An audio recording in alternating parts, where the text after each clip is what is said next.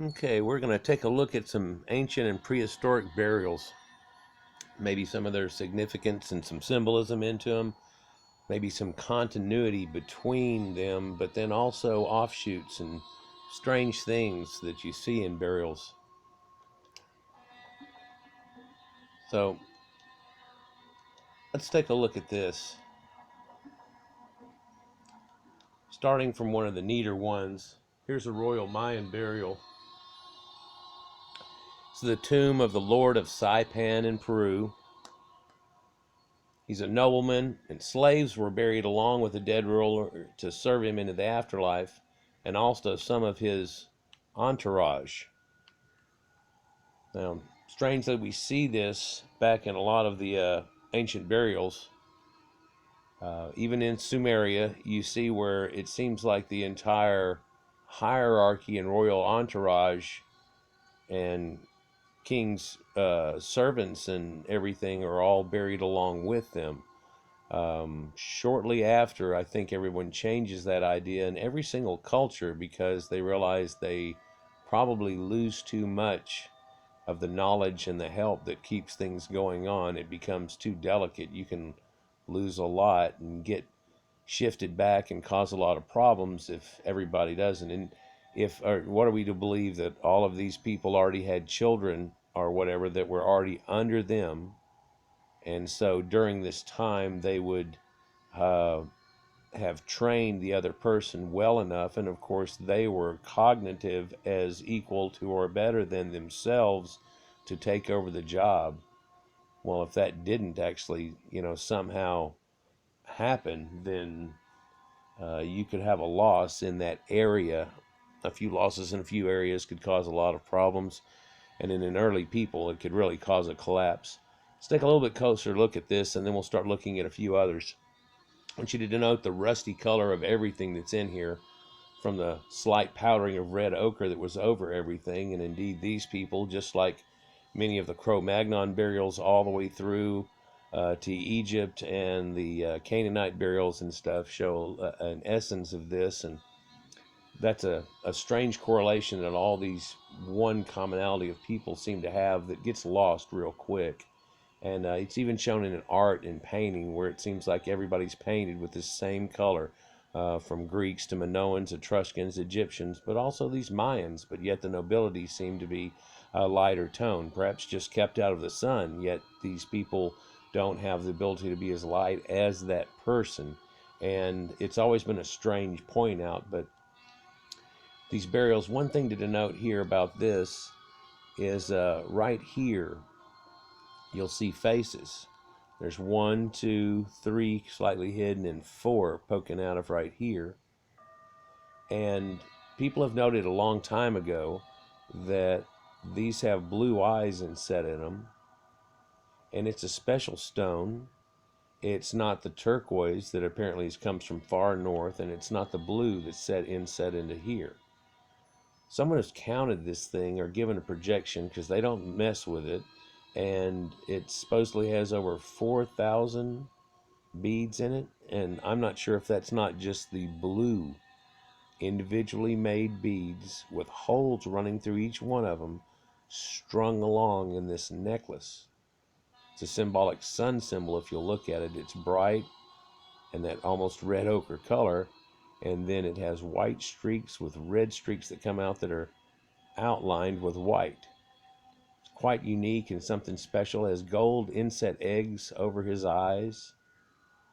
There are these symbolic hatchet blades that are always shown here, and in fact the headdress itself and the stanza, or the thing on a post that would denote the king behind him, have these same axe heads, which look like medieval axe heads, and they look like axe heads that come out of people that are over in Europe. And that's a strange correlation everybody's always had with these people also. But another strangeality here, I guess, just small things to point out, is that somebody pointed out the way that they do the tips of the bottoms and the tops of the tombs and tuck them in is strange. Today we have just squared off tombs, and then we put people in nice boxes. They dress this thing out and then go to an extra bit And I guess that's what I want to point out, it is how much people go to, especially in elder times, to bury people in an elegant way that apparently once closed up is never seen again. Sometimes there are shrines that are set up to these people, deifying their ancestors, and especially in like the Egyptians, where they're supposed to be godlike and passed down anyhow, so it would be sacrificing to them. And it's to keep them fed into an afterlife where they supposedly always eat dust if you don't do this for them. Something to help keep them going. And by doing so, you honor the dead. It's a ancestor veneration type worship. Another odd thing that's in here, there's a strange square bell that's in here, and it's so intricately made, it's just like almost an out-of-place artifact, even for the incredible work that they have there. It's just like, wow. And people put things in burials that are of their best of artwork, and we almost don't find anything as nice as we find in burials. People are willing to just give away these things, gold, preciousness, and take it away. Let it go with the king. Let him take it to the afterlife. And we don't deify people in this way anymore. We don't. Sure, your mom went with her rings and her stuff and everything, but what else? We're not doing things like this, and I guess we know now it causes a lot of tomb robbing. But amazing how some of these tombs never got robbed, never got found, and if they did, in a lot of cases, people really just left them alone. Here's a Stone Age burial site, and we can see the startings of this idea. This is supposed to be over 4,000 years ago, approaching 6 or 7, and what we see is this early Caucasian burial here, and the amount of red ochre that's put in front, right? And there's grave goods put in here with them, and discs of stones that are polished, and generally some shells and things like that. But here's one of those red ochre burials. Strangely, it's always a burial like this. You'll see them where they're on their left, bent like this. They have red ochre symbolically around them, and they're facing to the east. And this is always thought to symbolize a rebirth of the person facing the east, the womb, and the sun rises the next day, and the rebirth of mankind. And you see this red ochre tainting on many, many burials, and it seems to pass on and on and on. Here's a South American burial of a noble with jade ornaments and pottery. The amount of jade work that's done here is incredible. And again, it's just to be, passed on. Somebody could have got grandma's coat here in many colors, or whatever, but instead it's buried with the person. And people have denoted a long time ago, this skull does not look like the South American Mayan nobles and the blonde hair that's here, and the mummies that are up in the mountains that they said used to be the children of the gods, or the cloud people, and the Wari, who have black hair, but they do have brown and highlighted hair, auburn hair, bright red hair, deep red hair, blonde hair. Some as light as this, some as golden and rich as any bronzy type colored hair that you see. And yet the endemic population that we attach to this time, and perhaps before, don't seem to have the traits of the people that are there at this point. Now, another thing to denote here is that in this archaic burial, you can see it's dusted with red ochre. You can also see that there's a cup here that looks just like a coffee cup I'd have today. If I went to Aztlan and I said, wow, that's cool, I want a souvenir cup, it'd look very much like this. Only my cup would be $5.99, and I'd probably get it for $3 from a local, and that would probably be worth about $12,000. But it's also some of that black pottery right here. It's just out of frame that it looks like a little frying pan for some reason that's in here, and it's made out of that black stonework that I showed you in a couple of other burials and things before. But let's continue before I sit here on 3 pictures and talk for 10 minutes. Here again we have somebody facing the left, and this is a woman, and that's buried with her husband, but this is the woman's side of it, near a shore of Lake Baikal up in Russia. And the ornamental work here, there's a Upart situation. If you look at how fine these are made, there are some pictures of these up close, and it's an intricate work for somebody that's supposed to be 3000 BC or more. There's a staining all around them of this oxide of red orange, as you can see, and then on the top of her head here, it seems she had a headdress that was made of polished stones. She also has impeccable dental work. Something that passes on through all these is this impeccable dental work for some reason, that even though you can tell that these people are going from hunter-gatherer to farmer, and they start to have some issues due to having sand mixed with their grains somewhat, they don't have dental problems that we have today on an average, it seems, or at least in these burials. And it can't be that all we're doing is running into the people with the best teeth or dentist of old times. It can't be something like that. Look at the remnants of this giant headdress that was here. It was all made out of these intricate bones that were all shaped, right? And teeth of wolves, many sets. Somebody said this was like 6 sets of teeth out of a wolf, and then all these other little bone pieces that are all put together. There's a picture somewhere of somebody did a recreation of what this is supposed to look like. Just want to show you here, though, this person and their excellent teeth, right? And there's this round rock that goes to the idea of keeping a zombie or somebody dead that would have been put in their mouth. Not in this case, it's set aside.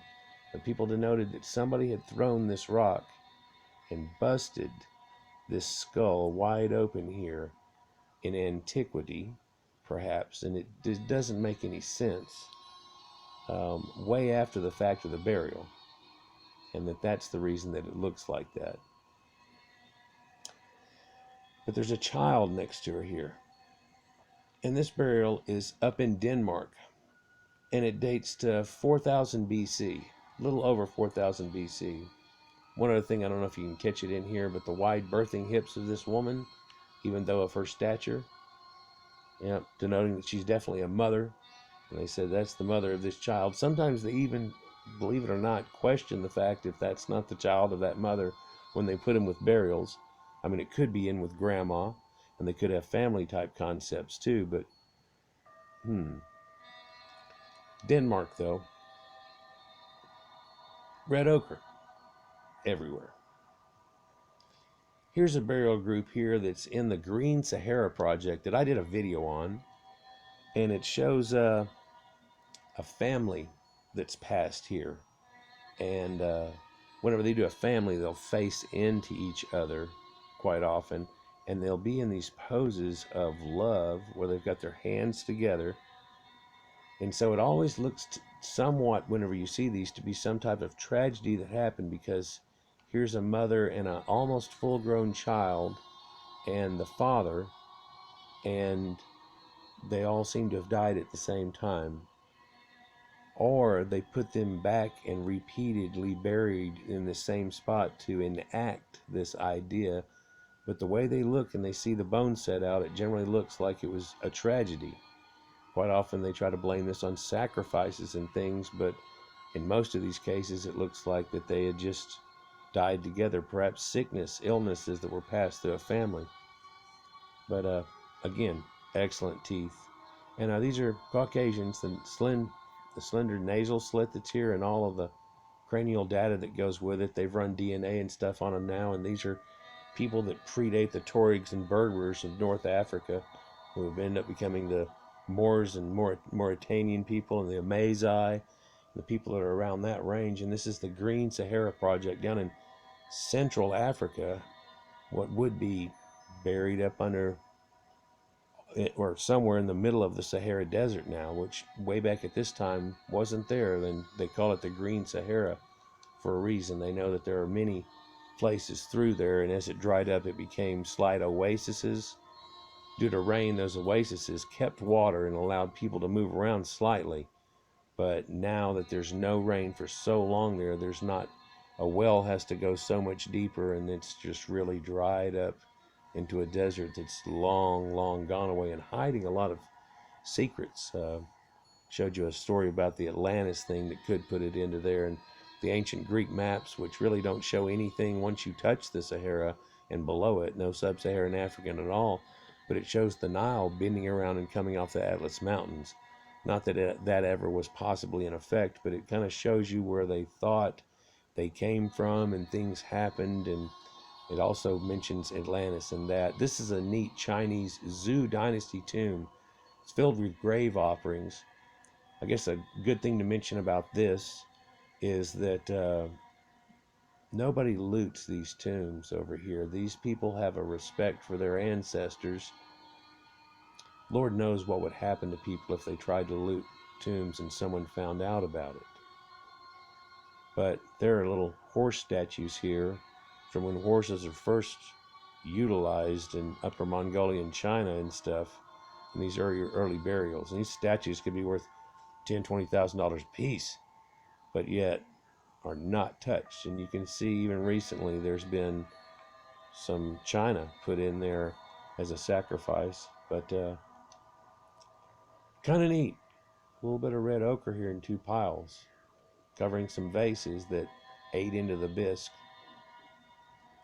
Bronze Age family burial in Siberia. Here 2 infants share the grave with their dead parents. Again, doing that thing where they face each other. And in this one, you can see a staining all around the tomb of this orange. And on the wall, you can clearly see a pile of where red ochre was.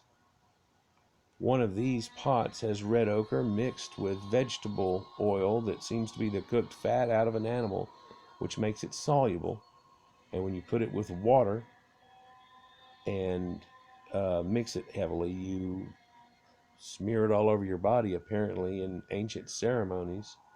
Whether these people were doing that or not would be conjecture, but then again, it looks the same. It's a strange, extra little made piece of stone in front of the woman. Could be something utilized to crush grain or things with. People have made a few little ideas. It doesn't seem to fit anybody's great idea. Another artifact that was found here, and some decent made pots. The oddity of this one is this man is huge. He's like 6'2", and the woman here is about 5'4" at best. They have 2 children, which look to be within a year of each other and possibly twins, and no one can or has checked genetics on them to see if they match up. Most of these I've seen all the articles and stuff on, or at least what they have so far. Here's an ancient South American bundled burial, one of those where a layer of cloths are wrapped around the body, but that's already long ago rotted away from dust. But then a strangeness here, just want to show you the whole body is red bones. And there was this whole concept back then that these people were taking and soaking them in enough red ochre that they would end up looking like this after the fact. Now, they haven't done a lot of testing to see if that's exactly, in what way that's put on there. And I think they're trying to get allowances, or they did a long time ago, I don't know what came out of it, of a few of these burials to see what that is. Because it couldn't have been put on the body afterwards. There's not enough oxide in the ground. And what would stain the bones red? I mean, it almost looks like that Mars movie, joke movie, where there's the red bone guys, the green, and whenever they shoot them and stuff, it's just like, what the hell is this? And look at this dish right here. It's just perfectly made. This one. And a bored out hole all around through. Some smoothed off round rocks. Another dish right behind the head. Here's an odd one where it shows you the remains of children sacrificed in the courtyard and altars of the Great Pyramid of Kahula in South America. And somebody looking at this cranial data said, this isn't your locals. And it looked a little more Caucasoid than it should. Someone also denoted it was only about 6 to 8 years old, because apparently at the time the back molars here hadn't come in yet at all, and it was indeed a young child sacrifice. A few of them.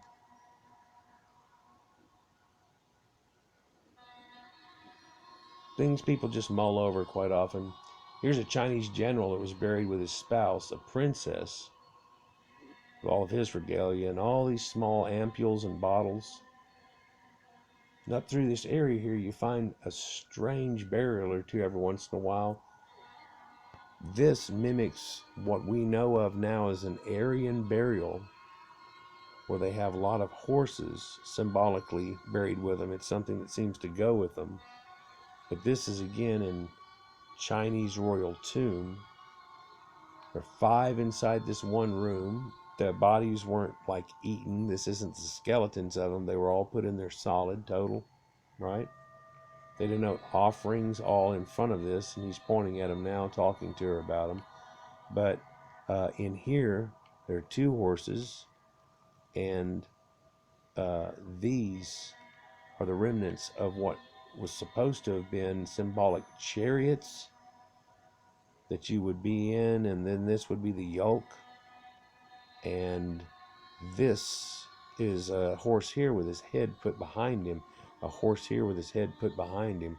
No one knows exactly what this symbology is supposed to be. There's a lot of conjecture on things like this, but these burials are found all the way through India and stuff, and of course they deny an Aryan contact back in the day, or even again later, that seems to be evident. But there's another burial, and the whole ground around this, if you notice, is stained quite a bit. And again, we find a burial where somebody looks real young and somebody looks real old, but actually they're about the same age. And here's a woman.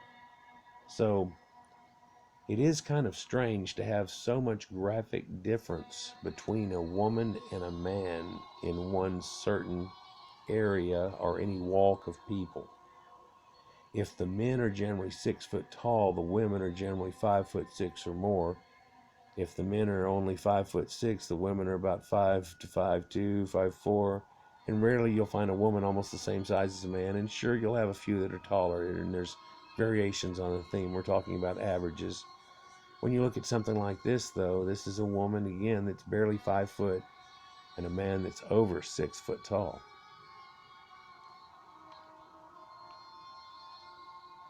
Clasping a little love embrace, like you see in so many of these burials. And he's facing the east, she's not, but in the together ones you can't make the symbology that you did quite often, and it doesn't seem like it's a womb type effect. Here's clay statuettes of servants and the pack animals in a grave found in the Zishan Mountains in China, and it supposedly dates to predates the Silk Road coming through, but yet there's a camel full packed, and that looks like a hippopotamus, that are being brought to these people, apparently not from the area, because that's not where camels nor hippopotamuses come from.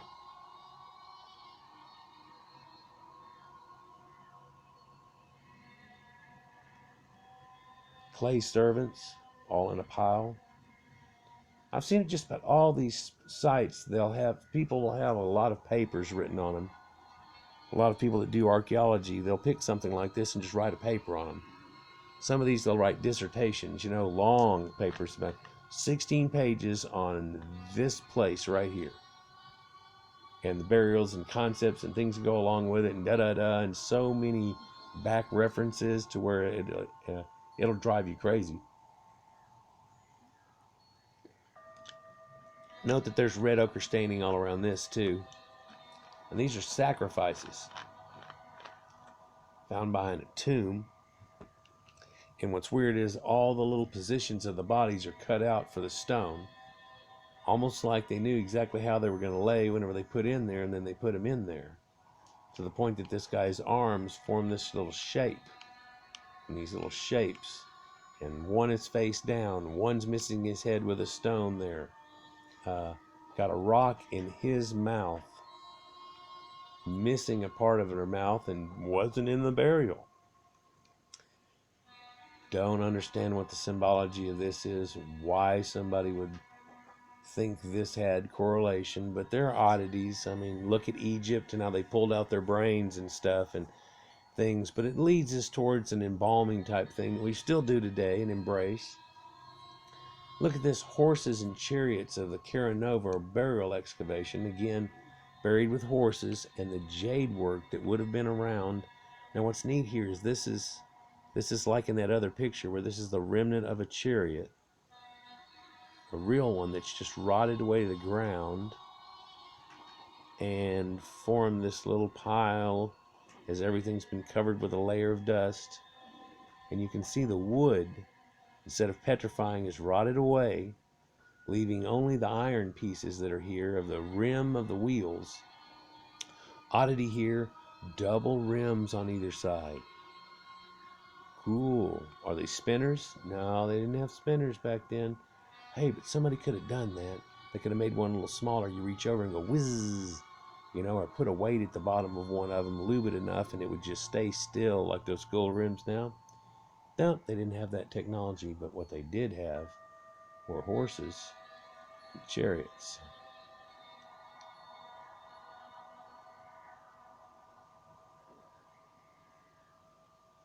There's a Kurgan burial that I've showed in another site where, you know, like I was saying before, gold is buried with these people and offerings for the dead that they have. And look at this cool bowl here that's all got a flowerette built and scalloped all into it, and it's just perfect. I mean, and over here, this bone that's been all carved out with this herringbone style, this little honeycomb that almost looks like something out of the Taj Mahal or whatever. All right, pots that are symbolic over here. Can you tell that this entire encasement is just stained with a large amount of red ochre? Look at the Caucasian face. The Zoid is there. Look at the amount of gold coins that are put in with the dead. I mean, is this like family members are throwing in coins before they finish this? There's a lot of conjecture about what could go on here. One thing that's known is with the amount of gold that's put with this person to just take in the afterlife. I mean, if you need to pay a ferryman, wow, I mean, the ferryman could probably get you a jet ride.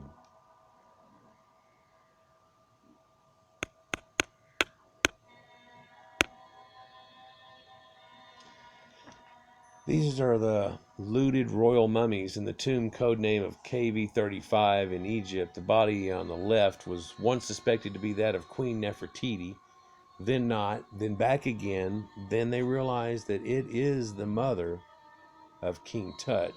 And this is Tia over here. The middle one is another body. I don't know why they have the three together.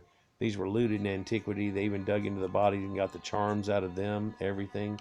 She's there's no reason for her to have been hurt in any way to have this to the face. I mean, they can peel the wrappings off without.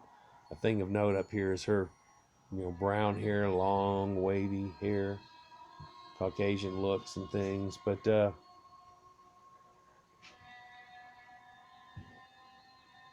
Egyptians put a lot into burials, especially kings. They're the ones who are well noted. In fact, that's what gives all the splendor to King Tut, is the stuff that's found with them. Look at these two coffins here from the tomb cut in the rocks in Lagoon, Egypt, and how they're a box inside a box inside a box. Very much like your little dolls that you have in Russia that are inside each other, you know, in one inside another, that they're put in that way, and each tomb is done in a different way. And of course, you look at this one and how light and his aquiline looks, and you see this dark one and say, well, that must be a black person. But Now, this is a ceremonial fertility and death, sorrow that they have, but in the idea of Osiris, where they're going to refertilize the land. And of course, the land there, Kemet, is the dark soil that's created by the Nile over flooding, and the symbology that runs with it, because, like the arrow shows here, this are the boxes that go inside of this. So this is the same guy, and this is a layered effect, and these are the double boxes when they pull them apart.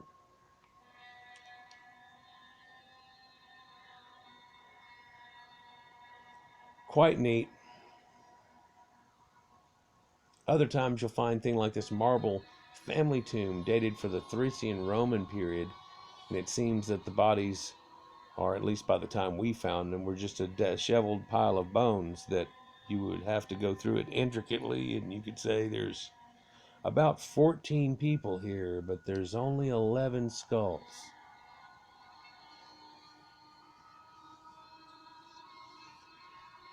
Now here's that red ochre and cinnabar cover remains of the queen of the ancient Mayan king of Copan. And again, there's that red ochre symbology that they used to smear themselves with that you can see in the art. And the amount of it that's still latent onto his body is incredible. Here we see where the bones are stained red from it, just due to the amount of his body being covered with it. It's a few discs and beads, and all this junk that's around here is again a giant necklace that's made for him. Even in between his teeth, there's one piece caught that's got a hole cut right through it, almost like he's biting onto a Certs or an Alka-Seltzer, or what is it, a Lifesaver? Oh, snap.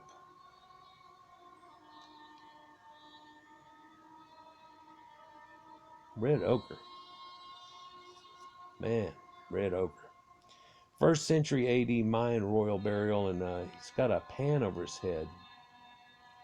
And his jaw and structure and the alkaline nose there, Aryan slit, again doesn't match. The local people that are up in that area that have a very mongoloid and sloped head that looks very much Eskimoan, and that's not, they don't get to genetically mess. Out of respect for the dead, they leave these pretty much well alone.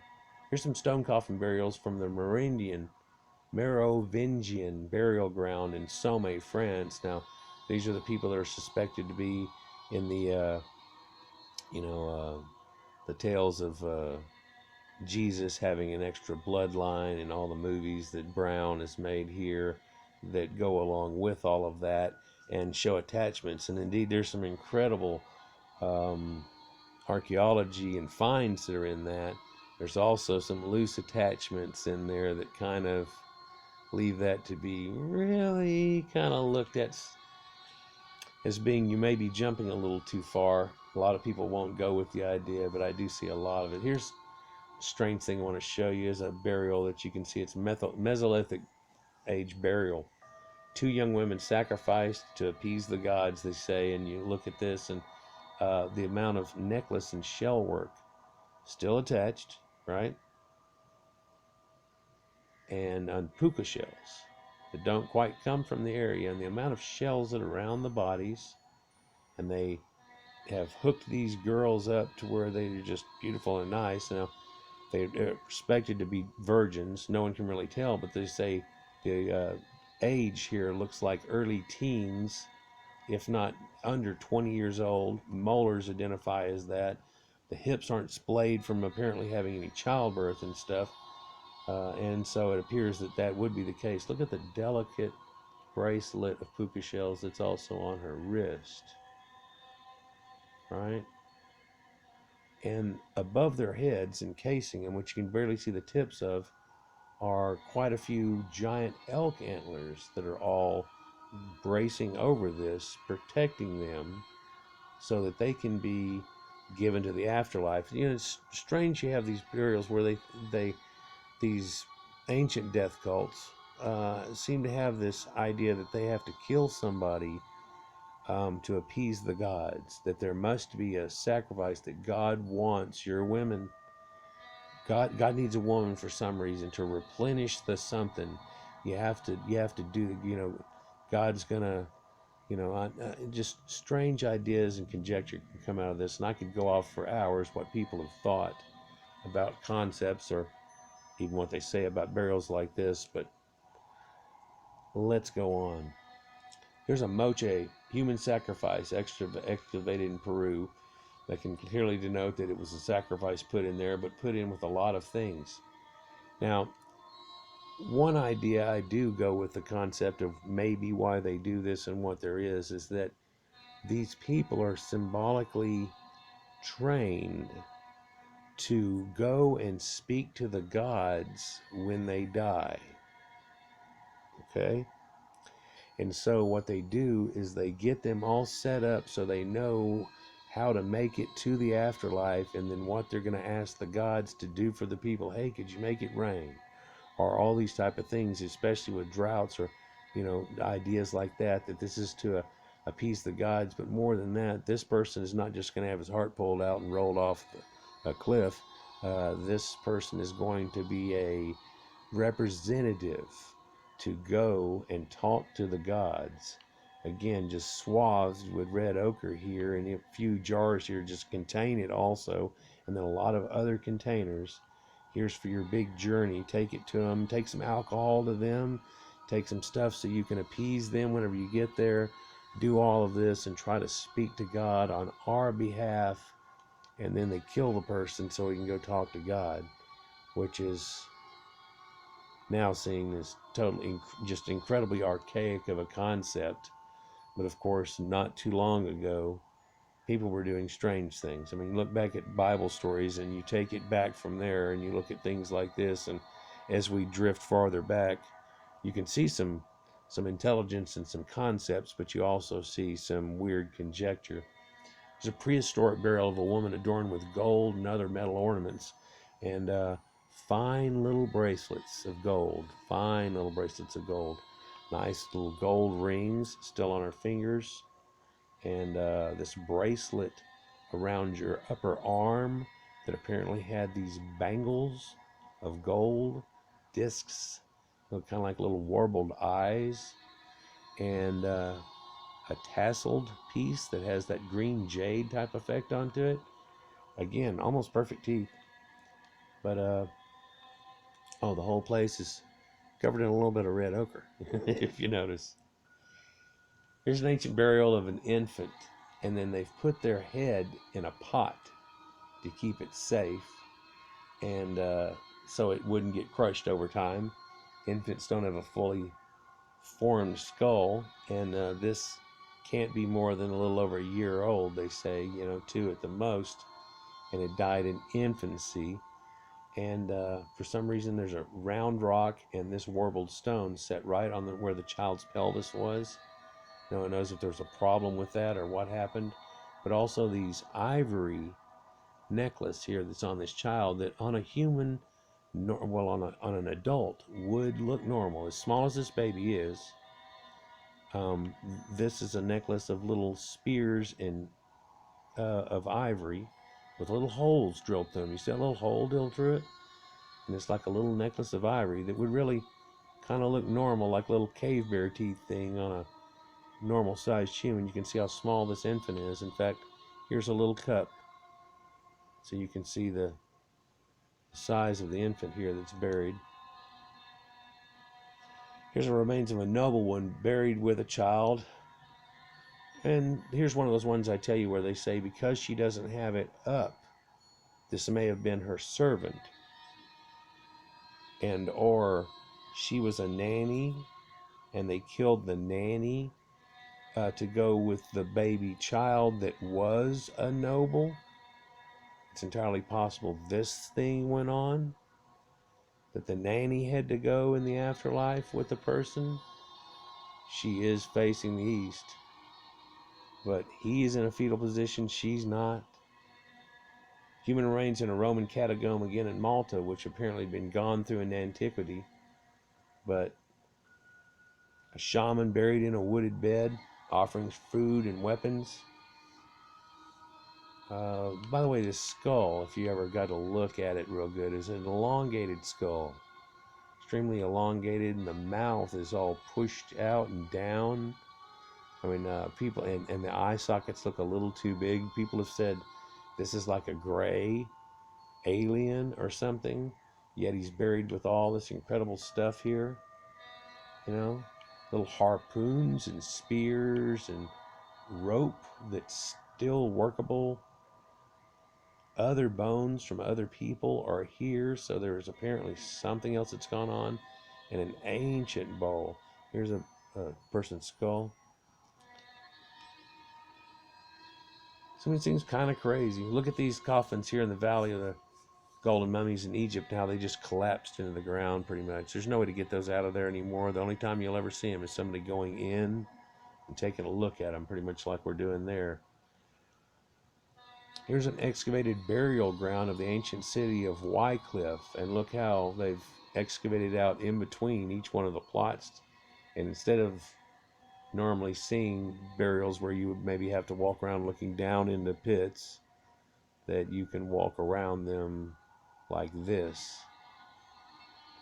Odd things to note out of this here is that apparently there's a blue jade figure here that a lot of people would say looks a little Buddha-ish. And this vase right here appears to be just in incredible shape.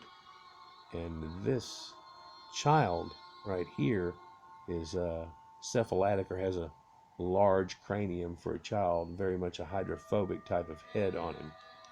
But yeah, these thin nasal slit caucasoids here, low brows. Here's another burial facing to the left, Stone Age type. Must be a high-ranking individual, they think, because of the way the burial was all set up. But again, facing to the left. You can see the area around it here. I don't know, hopefully it shows up there that there's a little bit of orange around it, and then there's not really orange out here. You take a sample out here, and it doesn't really have any iron in it. You take a sample around this, and it's rich with iron, telling you that, oh yeah, there's that Red Ochre burial again. Sometimes it's not even in question whether or not there's red ochre in the burial. And here's gold offering for a burial in the necropolis of Varna. And there's an axe head that's in here, and look at all these gold beads. They say at one time this may have been hooked up to a cloak whose fabric totally disintegrated a long time ago, and it looked like stars. Other people say that there's no evidence of that, and it looks like these gold balls, polished gold balls, were all just thrown in here and scattered across the body. The upper arm has these nice gold bands, bracelets, more gold bands on this side. A bronze effigy that looks a lot like a snake, perhaps having a pine cone effigy on the top of it. A brass medallion, or a gold medallion, for a centerpiece, not necessarily a belt. Odd things here. How about a gold penis sheath? Yeah, I don't know. This apparently wasn't a thing for long, or who knows what the idea is, but the concept here is it looks like that's what that would have been. Also between his legs here would be the top stone of an arch. Just in there. Does that say these people had something to do with masons? I'm not sure. But also here's a pickaxe with a hole drawn right through it. And other artifacts. There's a bamboo-shaped staff scepter for a people that Varna doesn't necessarily known for bamboo, are they? But yet here's a bamboo segmented scepter with this stone pickaxe head. Now, by this time, apparently people had this bronze going on, but chose to have that. And now this stone is not even supposed to be from the area. Also an excellent pot that's put here near him. And if you talk about paying the ferryman again, look at the gold medallions that are all around his head. But swathed in red ochre to the point that it's become impregnated into the ground.